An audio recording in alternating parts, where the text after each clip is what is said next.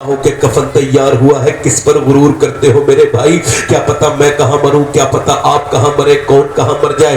मुसलमान वही है जो अपनी मौत को याद रखे, मुसलमान वही है जो अपनी मौत को याद रखे, जो अपनी मौत को याद न करके रखे, याद रखे। वो मुसलमान जो अपनी मौत को याद न करे, उसको सोचना चाहिए, गौर करना चाहिए कि अल्लाह ने इंसान को यूं ही नहीं बना दिया।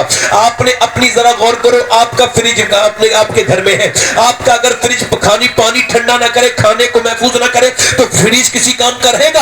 आप मुझे बताएं, अगर आपका फ्रिज, आपकी वॉशिंग मशीन कपड़ा ना धोए, आपकी मोटरसाइकिल अगर ना चले तो किसी काम की है? मुझे बताओ। तो आपकी मोटरसाइकिल एक काम के लिए बनाई गई है, तो क्या अल्लाह ने इंसान को बगैर किसी मकसद के बनाया? नहीं, अल्लाह फरमाता है मैंने इंसान को अपनी इबादत के लिए और इम्तिहान के लिए पैदा किया। काय के लिए बोलो? आजमाइश के लिए, इम्तिहान के लिए। इम्तिहान कैसा समझाऊं थोड़ा सा? इम्तिहान हर दिन है, सुबह इम्तिहान, शाम इम्तिहान, रात इम्तिहान, दिन इम्तिहान, सुबह इम्तिहान, शाम इम्तिहान। यानी फजर की अजान हो रही है, सर्दी का मौसम है, लिहाफ के अंदर मुसलमान लेटा है, एकदम अजान हुई, उसने कहा, उसके ईमान ने कहा चलो नमाज पढ़ो, उसके दिल ने कहा नमाज पढ़ो, उसके ईमान ने कहा नमाज पढ़ने चलो, उसका नफ्स कह रहा है नहीं। नफ्स जो अंदर है ना, नफ्स बुराई पे उभारता है, ये नफ्स है। अल्लाह फरमाता है मैंने इंसान को पैदा किया, हदीस कुदसी है, तो उसके साथ अपने दुश्मन नफ्स को भी पैदा किया। यानी नफ्स अल्लाह का भी दुश्मन, हमारा भी दुश्मन। और नफ्स क्या कर रहा है? नफ्स कह रहा है तू लेटा रहे, अभी सर्दी बड़ी हो रही है, थोड़ी देर आराम कर ले, जवान आदमी है, उठना नहीं उठेगा, बड़ी अच्छी नींद है, बड़ी मुश्किल से नींद आई है, सर्दी बहुत, बाहर अगर जाएगा और अगर तू हाथ डालेगा पानी में तो तेरा हाथ गल जाएगा, नाना बाहर ना निकलना। मगर उसका ईमान कह रहा है नहीं जाऊंगा। अगर फजर की नमाज कज़ा हो गई तो एक बार नमाज कज़ा हो जाए तो फिर दूसरी मर्तबा जिंदगी में नहीं आती।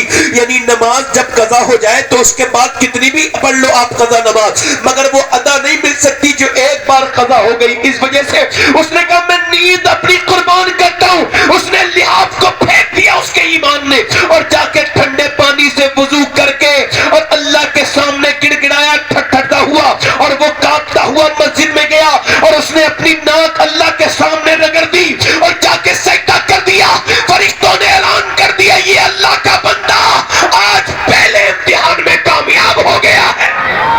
नारे तकबीर, नारे रिसालत, मशरक़े आला हज़रत। इम्तिहान में बोलो, जल्दी बोलो, जरा थोड़ा सा जोर से बोलो।